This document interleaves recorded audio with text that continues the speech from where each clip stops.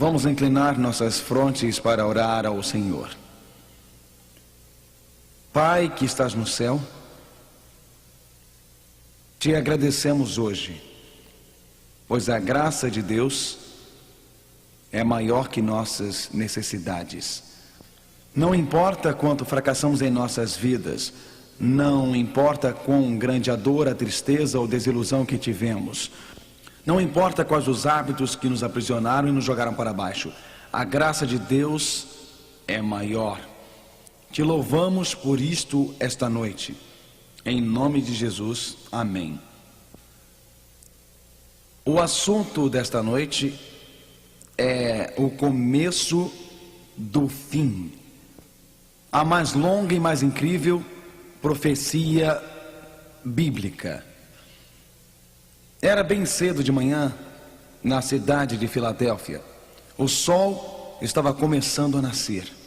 As ruas estavam vazias, exceto por um solitário motorista, sozinho num carro, que havia bebido demais na noite anterior. Enquanto dirigia pela rua bem cedo, eram 4 horas da manhã, ele notou à sua frente na rua 4 grandes sacos de pano. Um carro blindado havia ido a um banco na noite anterior. Aquele carro havia apanhado os depósitos feitos no banco durante o sábado e agora estava levando o dinheiro para um depósito federal. À medida em que o carro blindado andava, as 2 portas traseiras, as portas daquele carro blindado, abriram-se e 4 sacos de dinheiro caíram na rua. Eram 4 horas da manhã. O sol estava nascendo atrás dos prédios em Filadélfia. Uma brisa suave soprava e quando os 2 sacos caíram, abriram-se um pouco e a brisa soprou notas de dinheiro pelas ruas. Esse homem, um pouco bêbado, chegou àqueles 4 sacos. Ele rapidamente pisou no freio, saiu do carro e ficou super eufórico. Ia ficar rico, mais do que em seus sonhos. Abriu o porta-malas do carro, colocou o primeiro saco, colocou o segundo saco, colocou o terceiro saco, colocou o 4º saco. E enquanto saía dali, começou a sonhar com férias no México, sentado na praia como por milagre e aproveitando o sol, que carga ele achara, que descoberta. Então ele dirigiu-se para a fronteira com o México. Essa história é verdadeira. Quando chegou à fronteira mexicana, o fiscal da fronteira do lado americano mandou ele parar. Eles verificaram o carro e, adivinhem só, encontraram 4 sacos cheios de dinheiro. É claro que eles ligaram para o escritório central, verificaram no computador e descobriram que aqueles 4 sacos de dinheiro eram de um banco de Filadélfia. Então o puseram na cadeia. Enquanto estava na prisão, ficou muito deprimido e terrivelmente desanimado. Quando falou com seu advogado, eles inventaram a seguinte estratégia: por que o homem não alegava insanidade temporária? Foi o dinheiro que o fez cometer aquilo. Quer dizer, se alguém viesse pela rua e visse 4 sacos de dinheiro, ficaria temporariamente louco. Você não ficaria? Ele não era responsável. O dinheiro o levou àquilo. Então o advogado alegou que ele tinha insanidade temporária. E surpreendentemente o juiz comprou a ideia e o soltou. Então o homem continuou a pensar mais um pouco. Se o dinheiro me levou àquilo e se eu fiquei temporariamente louco, então a companhia do carro blindado é a verdadeira responsável. Eu vou entrar na justiça. Assim ele processou a companhia do carro blindado, porque as portas do carro blindado não estavam bem trancadas. E quem não ficaria louco vendo aquele dinheiro na rua? Aquelas outras pessoas são responsáveis, não eu. Não é incrível? Como muitas pessoas em nossa sociedade estão dizendo: alguém me levou a fazer isto. Foi meu marido, ele me levou a isso. Foi minha esposa, ela me fez fazer isso. Meus pais me obrigaram a fazer isto. A vizinhança onde eu moro, se você morasse lá, faria a mesma coisa. É genético. Meu pai perdia a cabeça, meu avô perdia a cabeça, o avô do meu avô perdia a cabeça, todo mundo perde a cabeça em nossa família. Foi outra pessoa que me levou a isso.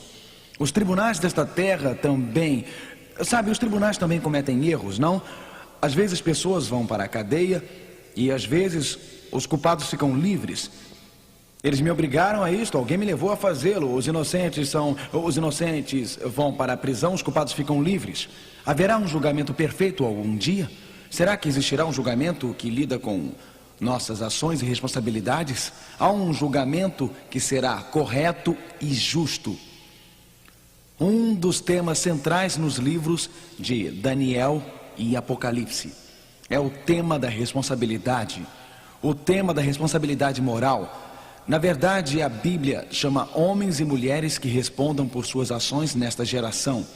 A última mensagem de Deus à raça humana, encontrada no livro de Apocalipse, capítulo 14, versículo 6, diz o seguinte: vi outro anjo voando pelo meio do céu, tendo o evangelho eterno para pregar aos que se assentam sobre a terra e a cada nação e tribo e língua e povo.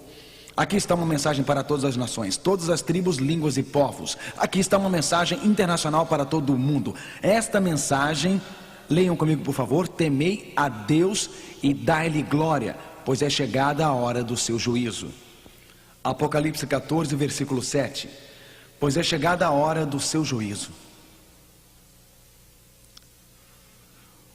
O drama do destino descortina-se. Antes da vinda de Jesus a este mundo, é feito um anúncio perante um mundo que espera e um universo que observa. Um anúncio que chega a todo o planeta. A hora do julgamento de Deus não irá chegar. Não está no futuro distante, mas está aqui, agora. Já chegou, o destino de toda a raça humana será selado. É chegada a hora do juízo de Deus. Em Apocalipse 14 há uma mensagem, mas então há um evento que segue-se a esta mensagem. Apocalipse 14 descreve a vinda de Jesus nas seguintes palavras: olhei e eis uma nuvem branca, e sentado sobre a nuvem branca, um semelhante ao Filho do Homem, tendo na cabeça uma coroa de ouro e na mão uma foice afiada. Outro anjo saiu do santuário, gritando em grande voz para aquele que se achava sentado sobre a nuvem: toma a tua foice e ceifa, pois chegou a hora de ceifar, visto que a seara da terra já amadureceu. O que você acha que significa a seara da terra já amadureceu? Que evento é este? Com o Filho do Homem vindo numa nuvem com uma foice para ceifar a seara da terra. Que evento o texto estaria descrevendo? Obviamente, é claro, a segunda vinda de Jesus. A Bíblia diz: e aquele que estava sentado sobre a nuvem passou a sua foice sobre a terra, e a terra foi ceifada. Aqui está uma descrição da volta de Cristo e o destino da raça humana finalmente selado. Mas antes da volta de Cristo, antes da vinda de Jesus, há uma mensagem que diz: é chegada a hora do juízo de Deus. Na verdade, o livro de Apocalipse descreve isto um pouco mais em Apocalipse 22, versículo 12. Vamos ler juntos. E eis que venho sem demora, e comigo está o galardão que tenho para retribuir a cada um segundo as suas obras.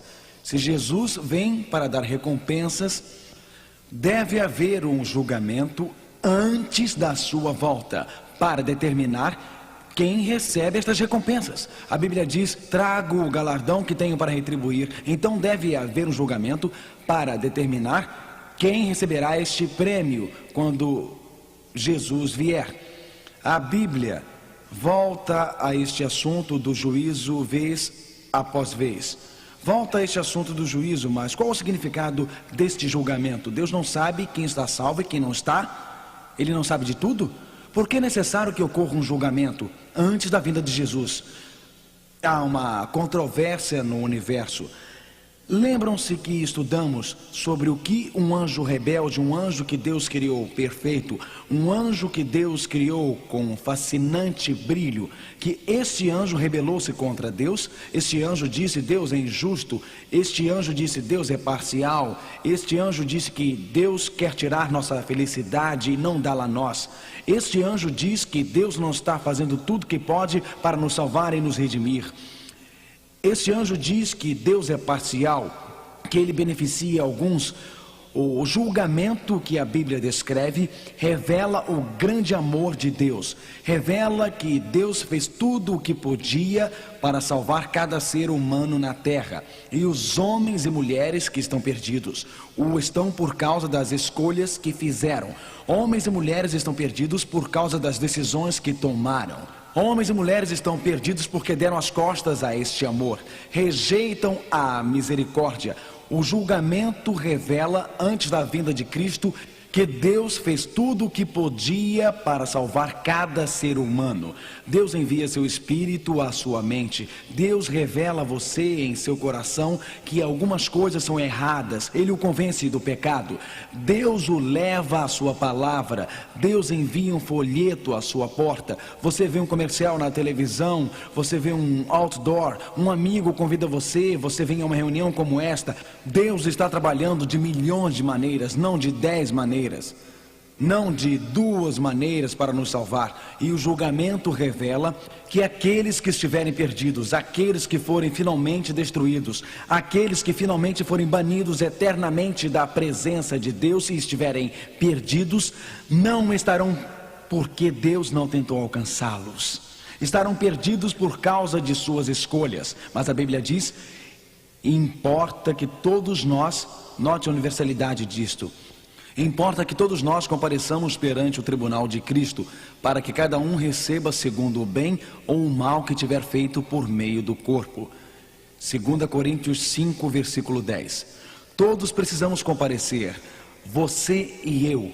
Nós temos um assunto pendente com o nosso Deus. Nós temos este assunto, nossos destinos, as escolhas que fizemos, tudo será selado no julgamento que teremos com Deus. Mas eu me pergunto, quando ocorrerá este julgamento? Quando acontecerá este julgamento? Na Bíblia, há 2 gêmeos proféticos. Esses gêmeos proféticos são os livros de Daniel e Apocalipse. Será que o relógio já bateu a hora?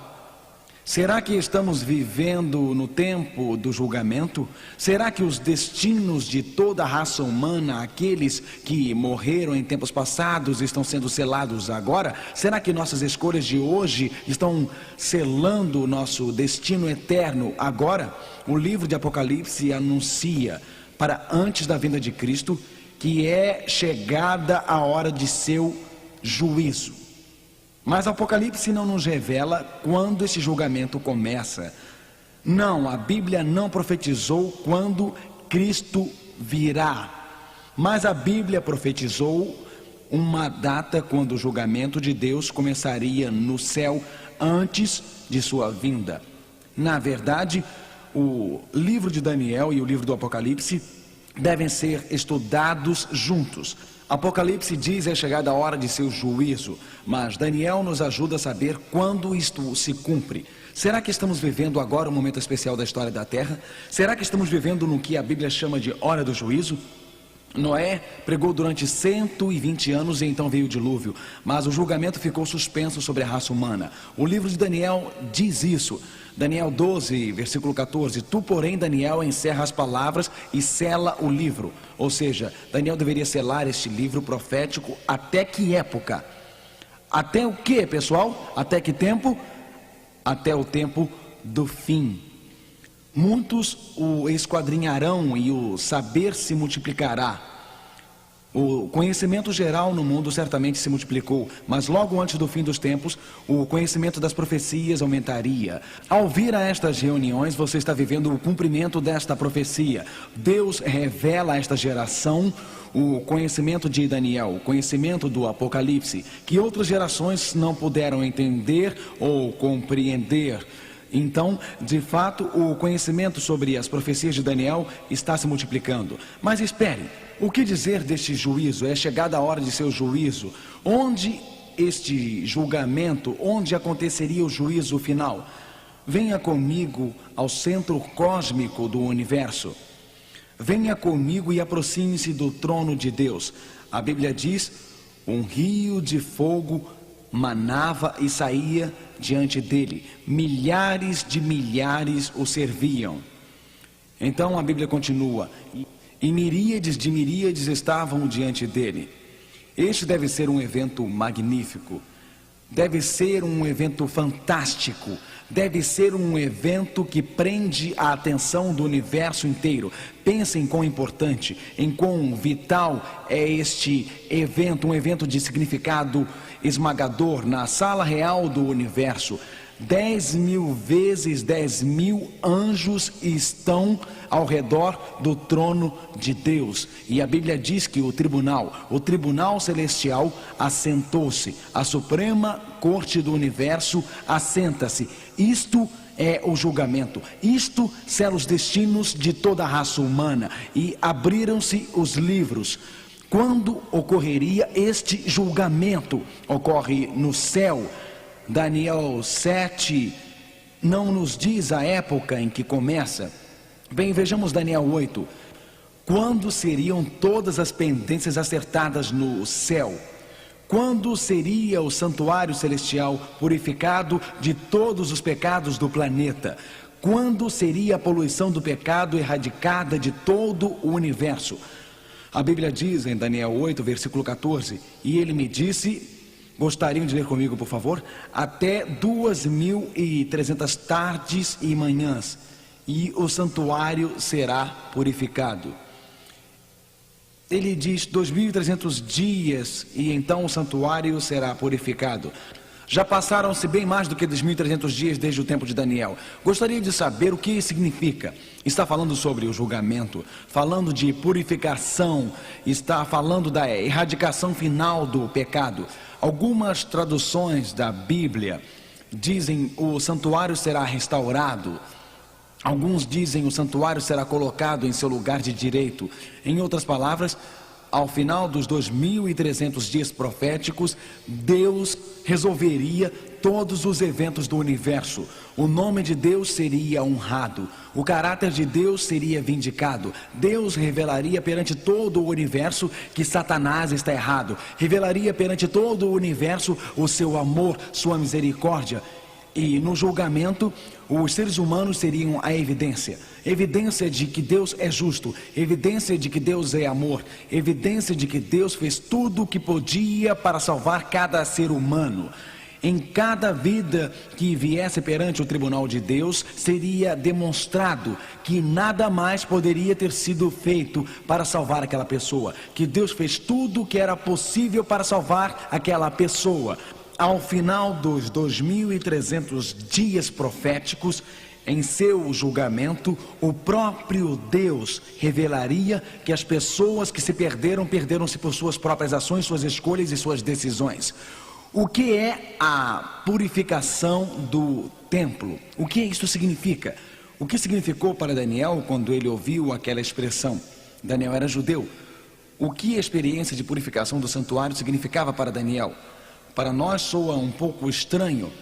No Velho Testamento, Deus disse a Israel e a Moisés: e me farão um santuário para que eu possa habitar no meio deles. Deus ordenou que Israel construísse um tabernáculo. Eles o fizeram. Aquele santuário era dividido em 3 partes. Havia um pátio externo e o tabernáculo em si era uma tenda. No pátio externo eram oferecidos sacrifícios de animais. Se um indivíduo pecasse, deveria trazer o animal para ser sacrificado. Quando o animal era imolado no pátio externo, o sacerdote levava o sangue para a tenda e o aspergia diante do lugar do Santíssimo. Naquela tenda havia 2 ambientes, um chamado lugar santo e outro lugar santíssimo. O sangue era aspergido no lugar santo, diante da lei de Deus. Uma vez por ano era feita a purificação do santuário. Vamos caminhar pelo santuário juntos. Venha comigo até o sopé do Monte Sinai. Vamos caminhar por este santuário juntos. Usei algumas cordas para ilustrar o santuário. O tabernáculo era uma tenda. No pátio havia um altar. Os cordeiros eram imolados neste altar.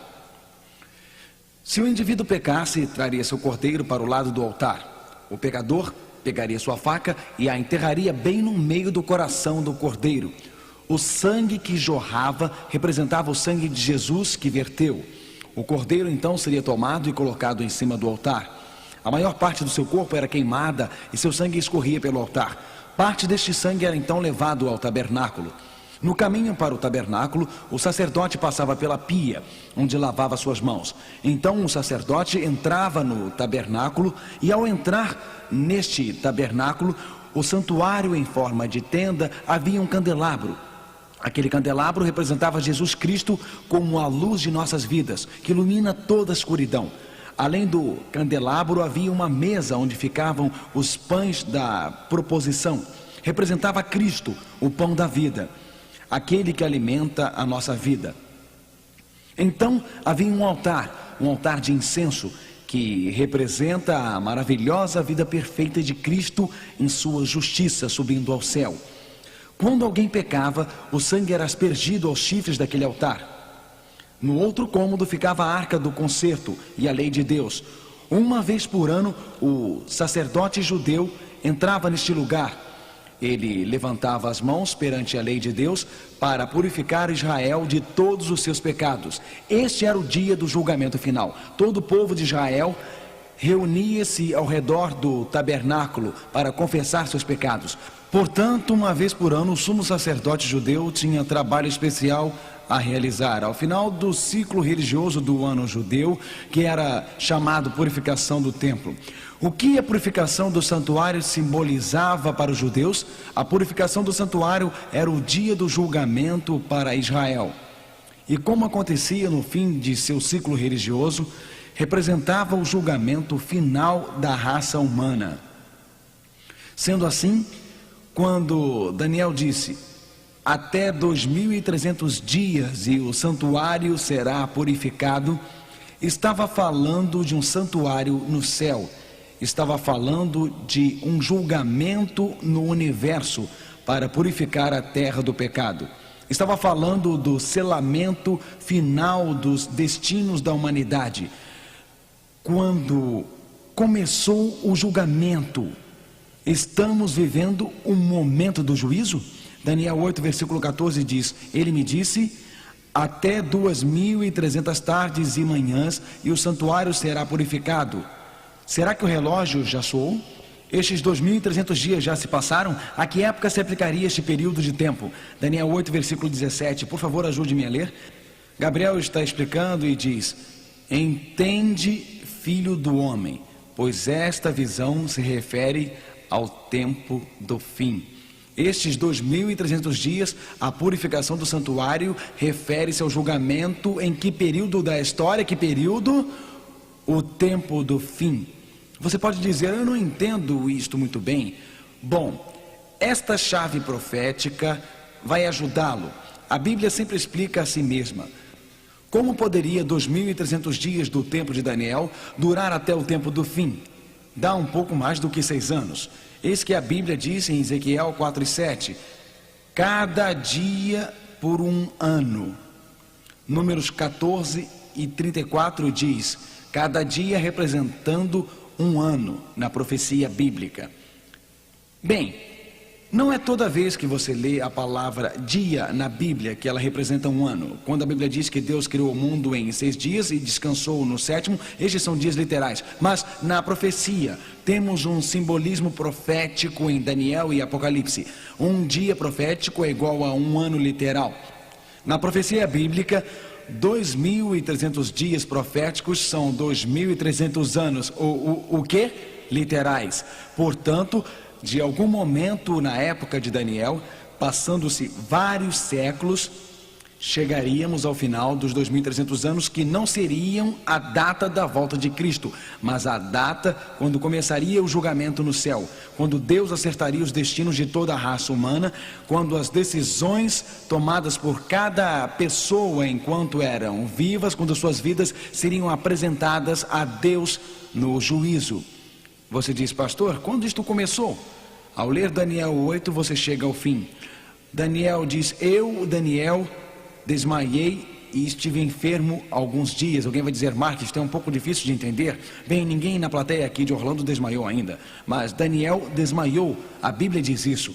Ele não podia entender o significado. Ele disse, espantava-me com a visão, e não havia quem a entendesse. O próprio Daniel não entendeu a visão dos 2.300 dias. Ele sabia que chegaria até o fim do tempo, mas não sabia quando isto começaria. Então a Bíblia diz que Daniel começou a orar.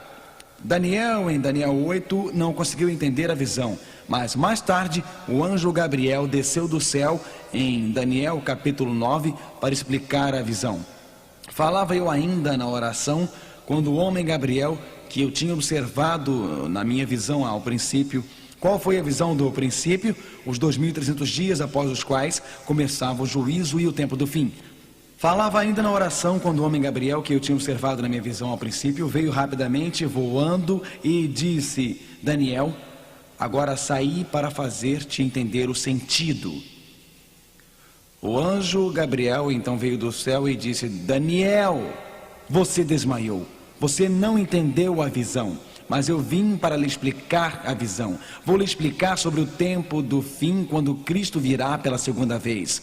E ele disse, Daniel, vou lhe explicar esta profecia para que fique clara para você e para que não haja mal-entendidos. Na verdade, Daniel, eu vou fazer o seguinte, vou dizer-lhe exatamente quando Cristo virá pela primeira vez, para que você possa entender quando o tempo do fim se inicia da segunda vez.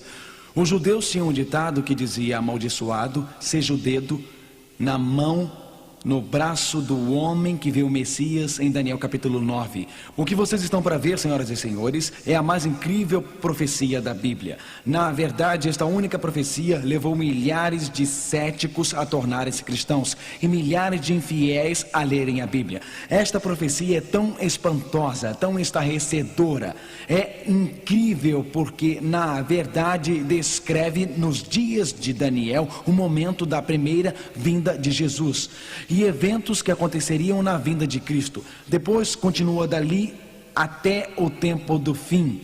O anjo Gabriel está explicando esta profecia. Quando estes 2.300 anos se iniciam e quando terminam, Gabriel explica, está falando com Daniel e diz, 70 semanas estão determinadas sobre o teu povo. 9:24. Então Gabriel diz que são 2.300 dias e complementa dizendo as primeiras 70 semanas se aplicam ao teu povo, Daniel. Ele diz que estão determinadas para o povo dele. A palavra determinada significa que estão separadas. Então, as primeiras 70 semanas estão separadas do período total de tempo, que são 2.300 dias. Elas se aplicam ao povo de Daniel. Quem era o povo de Daniel? Quem eram? Os judeus. Portanto, a profecia tem duas partes. A primeira parte aplica-se aos judeus. 70 semanas estão determinadas sobre o teu povo. Bem, lembram-se que lemos na profecia bíblica, um dia iguala-se a o quê? Um ano. Estas 70 semanas foram separadas para o povo de Daniel. Para o povo de Daniel. Quantos dias há numa semana? Quantos? 7. Vocês são bons alunos? 7 dias, ótimo. 70 vezes 7 dá quanto? 490. Então temos aqui uma profecia que dura 2.300 anos. Mas as primeiras 70 semanas, ou os primeiros 490 anos, aplicam-se aos judeus. Uma profecia dividida em duas partes.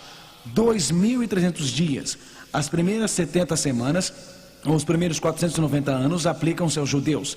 A última parte nos leva do tempo dos judeus, os dias de Jesus, até o tempo do fim, quando inicia-se o juízo.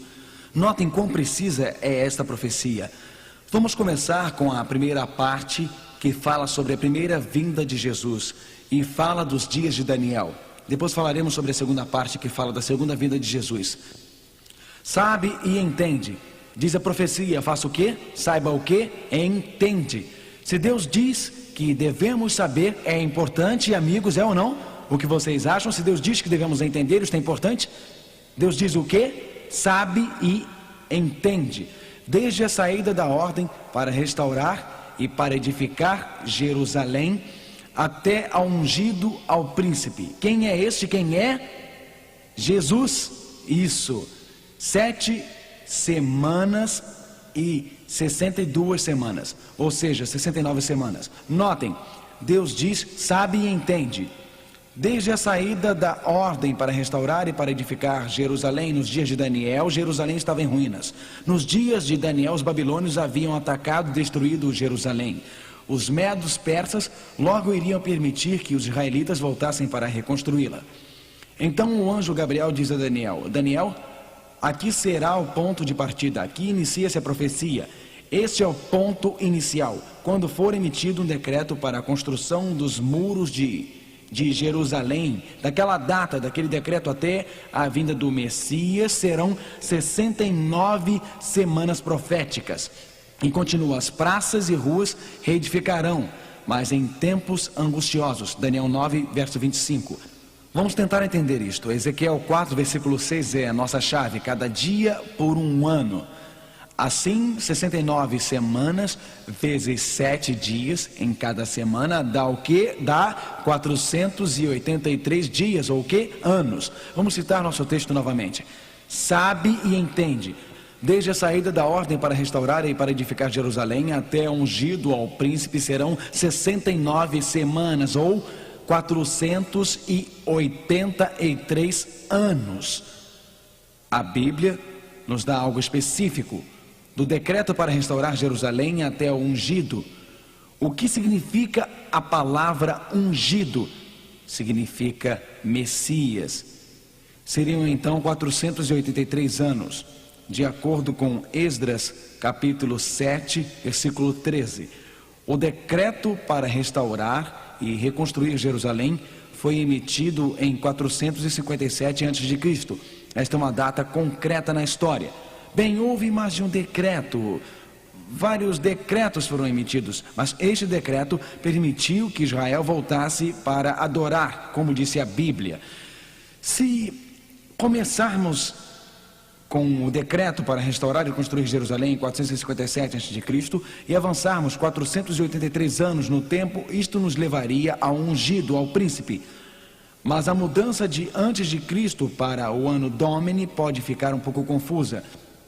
Simplificando as coisas, vamos pensar no tempo como passos. Eu estou aqui em 457 antes do zero. Simplesmente começo a caminhar 1, 2, 3, 4. E se eu andar 457 passos, eu chego ao zero, não é? Houve um ano zero na história? Não, nunca. Passou um ano 1 antes de Cristo para o ano Domini 1.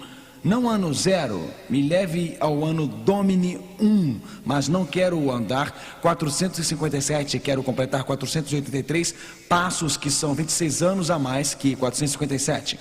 Isto me levaria ao ano 27 de nossa era. Se traçarmos uma linha a partir do ano 457 antes de Cristo, avançando 483 anos, chegamos ao ano 27 AD. O profeta Daniel predisse que Cristo, o ungido, viria. Ele seria ungido como Messias no ano 27 antes de Cristo. O que aconteceu no ano 27? Jesus Cristo, o Messias, apareceu em cena. Foi até João Batista. Lembre-se da palavra ungido. Quando Jesus foi ungido, foi batizado. Em que ano isto aconteceu? No 15º ano de Tibério César. No 15º ano de Tibério César, quando todos eram batizados, sucedeu que Jesus também foi batizado. Enquanto orava, os céus abriram-se. Então vejam que coisa maravilhosa. O 15º ano de Tibério César foi exatamente o ano 27 depois de Cristo. Jesus, o Messias, veio exatamente no tempo predito por Daniel, o profeta. Jesus, o Messias, foi ungido pelo Espírito Santo no ano 27 depois de Cristo. A Bíblia diz E o Espírito de Deus desceu como pomba vindo sobre ele. A Bíblia não é um livro comum. Jesus não é um homem comum. Este livro foi inspirado por Deus e predisse esta profecia maravilhosa. Predisse muitos anos antes a data exata em que Cristo seria batizado pelo Espírito Santo. O decreto foi emitido no outono de 457 a.C. 483 anos à frente nos levam ao outono do ano 27. Foi precisamente não apenas no ano 27, mas no outono que Cristo foi batizado. A Bíblia diz que Jesus falou do céu, ou melhor, o Pai falou sobre Jesus: Tu és meu filho amado, em que me comprazo. Quando Cristo foi batizado, iniciou seu ministério de 3 anos e meio como Messias. Na verdade, Jesus disse em Marcos 1, versículo 15, nas seguintes palavras: O tempo está cumprido. O que Jesus quis dizer quando disse que o tempo estava cumprido? Que as profecias de Daniel realmente se cumpriram. O tempo está cumprido. Eu estou aqui, eu sou o Messias da profecia. Para aqueles de vocês que estudam a profecia, saibam que eu sou ungido, saibam que eu sou o Messias. Eu vim para verter o meu sangue por seus pecados. Jesus disse: Ele é o Messias que veio na hora certa e anunciou que o tempo estava cumprido. Mas a profecia continua. A profecia diz em Daniel 9, versículo 26: Depois das 62 semanas, o ungido será eliminado, embora não tenha pecado. O que significa o Messias ser eliminado? Ele seria o quê, amigos? Ele seria o quê? Crucificado. O que significa? Significa que Cristo, embora sem pecado, morreria por mim e por você. A Bíblia diz que após 62 semanas o Messias seria eliminado, e acrescenta que ele faria firme aliança com muitos por 1 semana. Lembre-se que 69 das 70 semanas já se passaram em 27 depois de Cristo. Lembre-se que o anjo Gabriel disse a Daniel que 70 semanas aplicavam-se ao seu povo, isto é, os primeiros 490 anos aplicavam-se aos judeus. 483 anos terminaram no ano 27 depois de Cristo. Falta apenas 1 semana profética, ou seja, 7 dias ou 7 anos. Ele, Cristo, faria aliança com muitos durante 1 semana. Mas no meio da semana faria cessar os sacrifícios. A metade de 7, turma, qual é a metade de 7? 3,5. Então, no último meio da última semana, 3 anos e meio após o outono do ano 27 depois de Cristo, Cristo seria crucificado. A coroa de espinhos seria colocada em sua cabeça. Ele levaria a cruz até o Monte Calvário, até o Gólgota. Cristo seria pendurado na cruz, com cravos em suas mãos, coroa de espinhos na cabeça, uma lança perfuraria o seu lado, seu sangue verteria por você e por mim. Ele, o Messias, muito mais que um bom homem, muito mais que um mestre com ética, mais que um filósofo religioso, ali estava o Filho de Deus morrendo na cruz. A profecia das 70 semanas nos leva ao Messias. Os primeiros 483 anos, iniciados no decreto para reconstruir os muros de Jerusalém em 457, nos levam ao batismo de Cristo no ano 27. 3 anos e meio do outono do ano 27, vamos observar com cuidado. 3 anos após o outono de 27 nos levaria ao outono dos anos 30.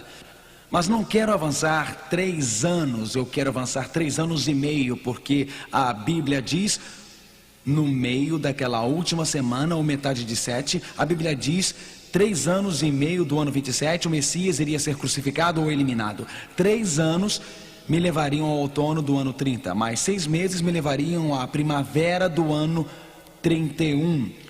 O que exatamente aconteceu na primavera do ano 31? Cristo, o Messias, foi crucificado. Ele tinha 33 anos, mas o ano era 31 depois de Cristo. Foi exatamente na primavera, quando o Cordeiro da Páscoa estava sendo oferecido, que Cristo, nossa Páscoa, morreu por nós. 3 anos e meio mais tarde, no outono do ano 34 depois de Cristo, o evangelho alcançou os gentios. No meio da semana, Cristo, o Messias, foi crucificado, eliminando todo o sacrifício de animais. Vocês se lembram que quando Jesus morreu na cruz, os sacrifícios de animais que apontavam para a sua morte cessaram. Quando Jesus morreu na cruz, a Bíblia diz, sua carne foi dilacerada. Em Marcos 15:38 diz que o véu do santuário rasgou-se em duas partes, de alto a baixo. O véu daquele santuário terreno foi rasgado. Não haveria mais necessidade de sacrifícios num santuário terreno. Cristo era o verdadeiro Messias, Cristo o genuíno Messias, Cristo o verdadeiro Messias, morreu na cruz do Calvário. Você e eu podemos nos reunir ao redor da cruz. Ele não era uma imitação, ele não estava fazendo uma simulação, ele não era um redentor falso ou artificial. Ele era o Cordeiro de Deus, ele era o Filho de Deus, ele era o Redentor enviado por Deus. Você pode colocar a sua vida nas mãos dele. O sangue que foi vertido por seus pecados era sangue divino, para que você e eu pudéssemos ser libertos. Que profecia! Deixe-me acrescentar algo. Existem pessoas que dizem, esse verso em Daniel não está se referindo a Jesus, quando fala sobre a metade da semana fará cessar o sacrifício. Algumas pessoas acham que está falando do anticristo. Deixe-me fazer uma pergunta. Quem vocês acham que desenvolveria uma teoria de que isso está falando sobre o anticristo para minar o poder de uma das maiores profecias da Bíblia, que fala sobre o verdadeiro Cristo? Não seria mais um truque de Satanás? Meu amigo, Jesus o Messias é o tema do verso 24, Jesus o Messias é o tema do verso 25, e Jesus o Messias é o tema dos versos 26 e 27. Ele é o nosso Messias, não há outro. Esses versos predizem que o Messias morreria crucificado no 14º dia do primeiro mês judeu, no ano 31 depois de Cristo. Cristo morreu no ano certo, o ano 31, no momento certo do ano, a primavera, no dia certo do ano, o dia da Páscoa, exatamente como a Bíblia predisse. Esta profecia realmente foi cumprida ao pé da letra. De acordo com esta profecia, o concerto de Deus, os primeiros 490 anos da profecia com os judeus terminaria no ano 34 depois de Cristo. O que aconteceu no ano 34? No ano 34, Estevão levantou-se e acusou os líderes judeus de terem crucificado o Filho de Deus. Como resultado disso, esses líderes do Sinédrio emitiram um decreto formal para o apedrejamento de Estevão. No ano 34, estes 3 eventos aconteceram. Estevão tornou-se o primeiro mártir cristão ao final das 70 semanas dos 490 anos. Ao final dos 490 anos, das 70 semanas, os líderes judeus rejeitaram o Evangelho. Nesse período de tempo, Deus chamou o apóstolo Paulo e o Evangelho foi pregado aos gentios. Esta profecia foi cumprida com exatidão. Os primeiros 490 anos aplicam-se aos judeus, os últimos 1810 anos aos gentios. Os primeiros 490 aplicam-se a eventos que ocorreram durante a vida, antes e durante a vida de Jesus. Do ano 457 a.C. ao ano 34 depois de Cristo, passaram-se 490 anos. Mas você pensa, espera um pouco, a Bíblia disse até 2.300 dias ou anos, e então começaria o juízo no céu. Então Deus começaria o trabalho de selar o destino de toda a raça humana. Deus amarra os eventos que podemos ver com nossos olhos, eventos que podem ser provados na história, na terra, na vida de Cristo. Jesus seria batizado no ano 27. Jesus seria crucificado na primavera do ano 31. O Evangelho seria pregado aos gentios em 34. Jesus amarra esses eventos terrenos com um evento que teria lugar no céu antes do fim dos tempos. Ele amarra eventos que sabemos ser historicamente verídicos. Na primeira vinda de Cristo, há um evento que ocorreria no céu. que aceitaríamos pela fé no que a Bíblia diz. Note que os primeiros 490 anos terminaram no ano 34. Isto significa que restariam 1810 anos para completar a profecia dos 2300 anos. 34 mais 1810 nos levaria ao ano de 1844. Desde 1844 temos vivido no que a Bíblia chama de hora do juízo. Desde 1844 temos vivido nos dias em que Deus diz: basta! Os destinos da raça humana devem ser selados agora. Meu povo precisa entender que vou voltar em breve. Meu povo precisa entender que estamos vivendo as últimas horas da história da Terra. Este é um momento único. Este é um momento singular. Os nomes daqueles que morreram em épocas passadas aparecem diante de Deus para serem julgados. O destino da raça humana é selado. A Bíblia diz... Ele me disse: até 2.300 tardes e manhãs, e o santuário será purificado. Que gloriosa palavra, irmãos. Ao final dos 2.300 anos, Cristo se apresenta. E ele pergunta: poderia eu ter feito mais alguma coisa para salvar Harry ou Joan? Poderia ter feito mais alguma coisa? O universo inteiro assiste. Este é um momento especial. Deus revela que em seu trato com cada vida Ele foi justo. Deus revela que em seu trato com cada pessoa foi amoroso. Deus revela que não poderia ter feito nada mais para salvar nenhum outro ser humano. Apocalipse 14, 7 diz: temei a Deus e dai-lhe glória, pois vinda é a hora de seu juízo. Leiam esta palavra comigo, por favor. Vinda poderia ser verdade que estamos vivendo na hora do juízo. Poderia ser verdade que os destinos de toda a raça humana estejam sendo selados. Poderia ser verdade que Deus tenha começado a fazer os acertos finais no universo. Poderia ser verdade que Cristo, o grande sumo sacerdote celestial, assim como o sumo sacerdote judeu, entrou no lugar santíssimo, o lugar de purificação no fim do ano judeu. Poderia nosso sumo sacerdote estar no lugar santíssimo, no santuário celestial? A Bíblia fala de dois santuários, um na terra e outro no céu. Na terra, o Cordeiro morreu. Cristo, nosso Cordeiro, deixou o santuário celestial e morreu na cruz, no tribunal do mundo. Após o sumo sacerdote na terra, aliás, depois que o sacerdote terreno levava o sangue do Cordeiro, ele entrava no lugar santíssimo do santuário terreno. Assim Jesus ascendeu ao santuário celeste após a sua morte.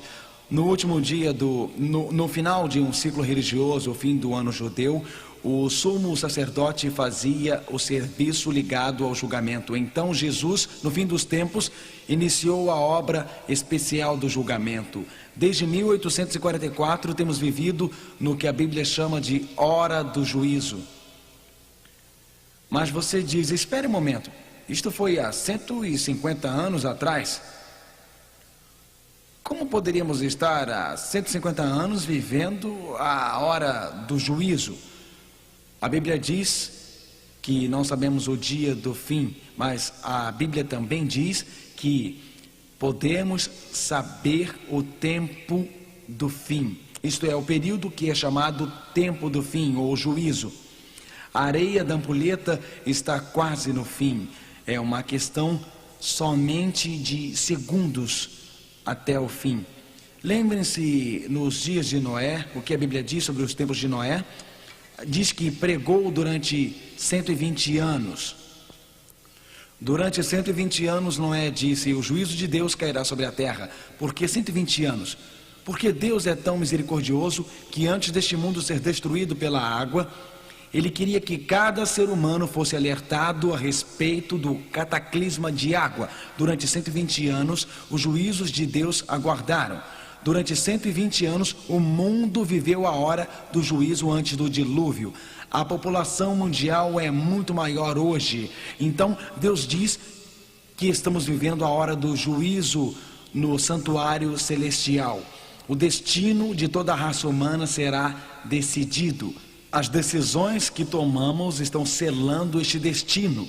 Não é um momento comum, não é um momento comum na história da terra, é o fim dos tempos. Estas são as horas finais da terra. Em 120 anos, o dilúvio veio no tempo de Noé. 120 anos, são 150 anos que temos vivido. Quando Deus dirá basta, quando Jesus fará cessar o tempo, nós não sabemos, mas já iniciou-se o julgamento.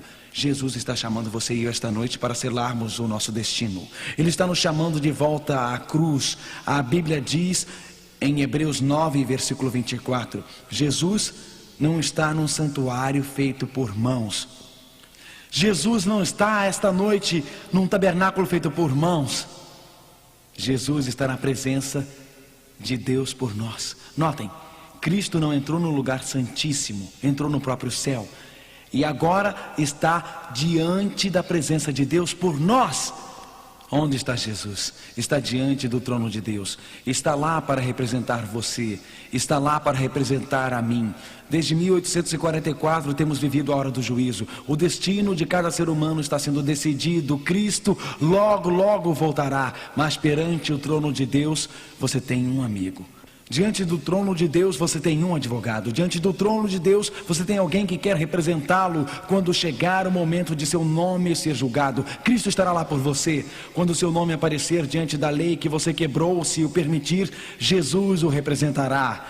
Seu sangue vertido cobre todos os pecados. Sua culpa pode ser desfeita. A areia da ampulheta está quase no fim. Mas os braços de Cristo estão abertos para você hoje à noite.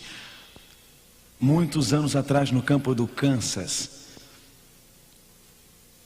um pequeno garoto pedalava e pedalava sua bicicleta.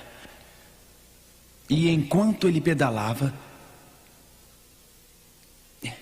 ele entregava jornais. Este era o seu emprego, um jornal após o outro. Pedalava até uma casa e entregava jornal. Pedalava até a outra casa e entregava jornal. As fazendas eram distantes e ele tinha que fazer as entregas.